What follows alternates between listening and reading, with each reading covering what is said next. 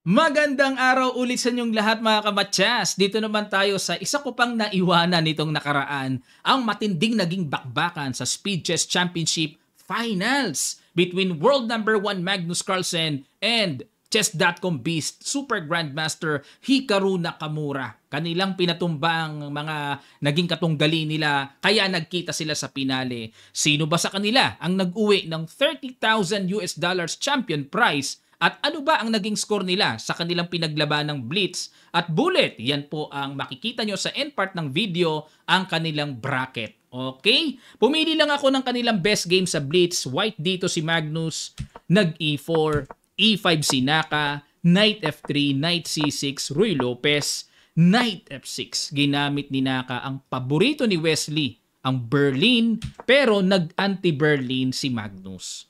Ayaw niyang pasukin ang palagi ang pang-equal na linya na matatag ang black dito, yung maagang queen to queen. Napakaraming tabla niyan. Ang isa sa mga pang-iwas dyan sa puti, yung anti-Berlin, nagdi-D3 lang para ma-maintain lang ang pawn sa E4. Nag-bishop C5 develop, magkakasling na bishop A4. Interesting. Kasi hindi pa pinapaalis, umiwas na. Naku, malalim ang sequence ni Magnus. Tingnan natin. Nag-castle, castle, at nag-rook E8. Another interesting move din. Kasi usually dito, mga kamatyas, D6 ang ginagawa. Pero dito, nag-rook E8, C3. O, normal naman yan. Kasi magdi-D4 o kaya B4, Bishop F8. Interesting move. Sa dinami-dami na ng na-analyze natin, usually ang ginagawa dito, A5, para walang B4, kung mag-D4 man, aatras ang bishop sa A7, o kaya A6, yan ang common. Pero dito, nag-bishop F8, dyan umatras, nag-rook E1, H6, para protection lang sa G5, walang mga pin-pin na po pwede magawa, Knight B-D2 develop, D6, para mapakawalan din ng bishop, at nag-D4. Ayan na, nagparamdam na si Magnus, mag-D5 na, may pressure sa rook. Nag-bishop D7, agad namang sinangga ang pressure ng pin.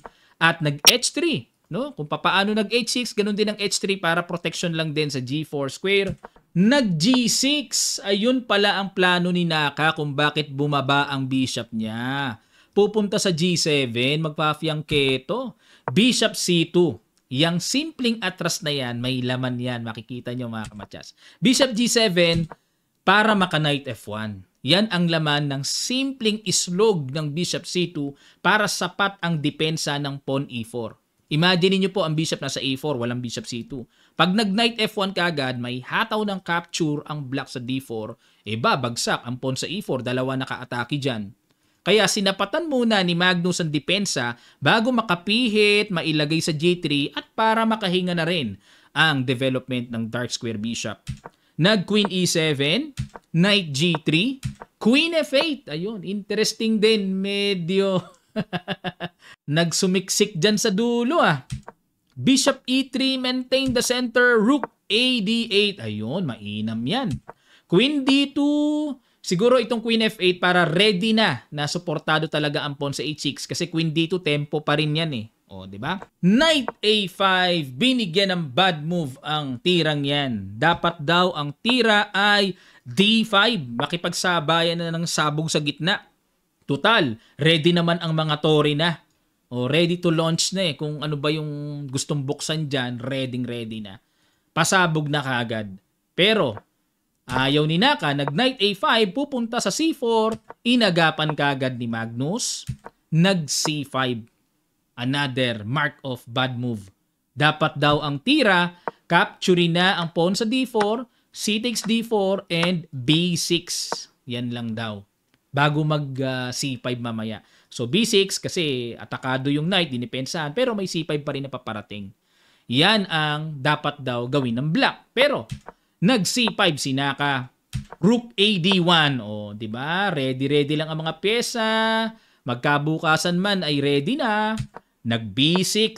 Ayan, para solid lang din. Queen E2.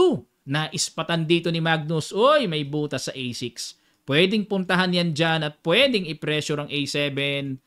E takes D4, C takes D4, Knight C6, ayun, markadong bad move ulit. Dapat daw, capture na ang pawn sa D4, bishop takes D4, and bago mag Knight C6. At least, di ba?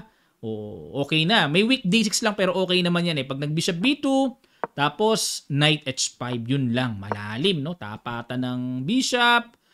Okay, good for black. Hindi ganun kalakihan ang lamang ng puti. Balik tayo. Pero dahil sa ginawang Knight C6, nagkaroon ng pagkakataon. Si Magnus naggawing malakas na sentro D5, Knight E5, Knight takes E5. Sumablay din si Magnus. 'Di ba? Mangyari puro si Naka sumasablay eh. Dito ang good move naman daw Knight D2. Iwas lang sa exchange at may paparating na F4 na makakapagpaalis ng Knight. Yan naman ang magandang tira dyan.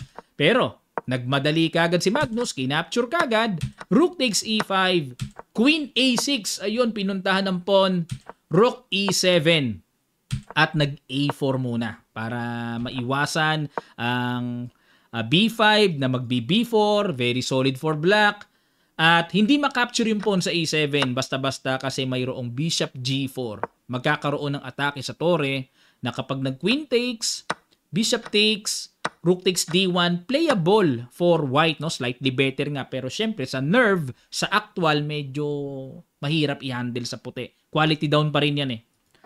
O balik tayo, kaya nag-A4 muna si Magnus, nag-bishop C8, paalis na sa queen, umatras naman ang pagka-atras-atras, Knight D7 para paikutin, lalagay sa E5, nag-F4 inagapan, nag-H5, ayun, another bad move by Naka. Pagkalaban ni Naka si Magnus, puro lumalabas yung mga bad move niya, no? Pag iba yung kalaro niya, wala, ang gaganda ng tira niya eh. Ano kaya meron talaga kay Magnus, ano? Ayan, dapat naman daw ang tira, bishop C3 dito. Na ang gagawin, bishop D2, sasanggahin, takes. Okay lang. Tapos queen G7, silip na sa diagonal. Okay, slightly better for white. Pero nag-H5 eh. Nakita ni Magnus ang equivalent or katumbas ng bad move na yan, may good move naman sa puti. Pakiguess nyo, sa ilang sandali lang, tutuloy kagad natin. Start.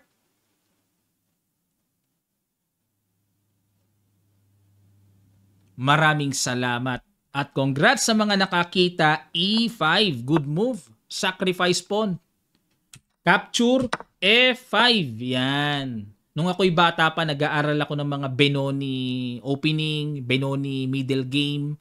Isa sa mga pattern yan, mag-E5, pag kinapture, nakablock ang bishop, tapos magpupush.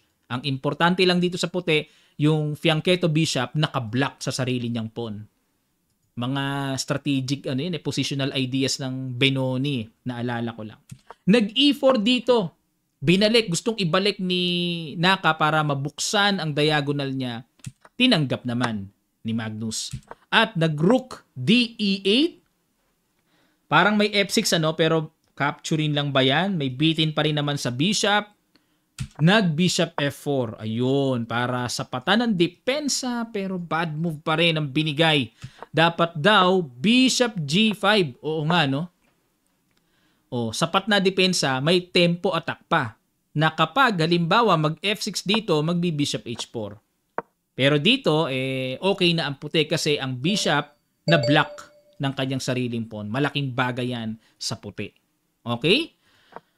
Pero nag-bishop F4, G takes F5, ayun, Knight D6, nag-bishop A6, si Nakamuring, blunderacious mga kamatyas. Hindi ko pa nagagawa yung sigaw ko ng blunderacious! Ayan. Blunderacious. Dapat daw ang tira ay rook takes E1 muna. Ganun pa man, ano ba diferensya ng tinirang bishop A6? Ayan, sige po, paki-guess nyo ang excellent move na ginawa naman ni Magnus, pangparusa, punishment dyan sa bishop A6. Blunderacious move. Sa ilang sandali lang, tutuloy kagad natin. Start!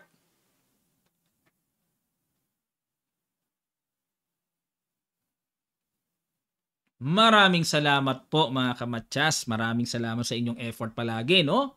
Simple lang pala. Boom! Resign si Naka. Ayan. Ang nasa isip kasi ni Naka, simpleng tagpasin lang ang bishop. Makukuha nga naman ng tore, tapos kagad, takes, material advantage kagad yan. Sabay Queen E7, sunod-sunod na yan. Ngayon, siguro nasa isip niya, Queen F2, meron namang Bishop D4. Tusok-tusok ang mangyayari. Hindi niya inexpect na mayroon pa lang, boom, Rook takes E7, resign, bago kumapture sa Bishop na nasa A6. Kasi bakit nag-resign? Pag nakipagsabayan kasi, kakapturin ng tore.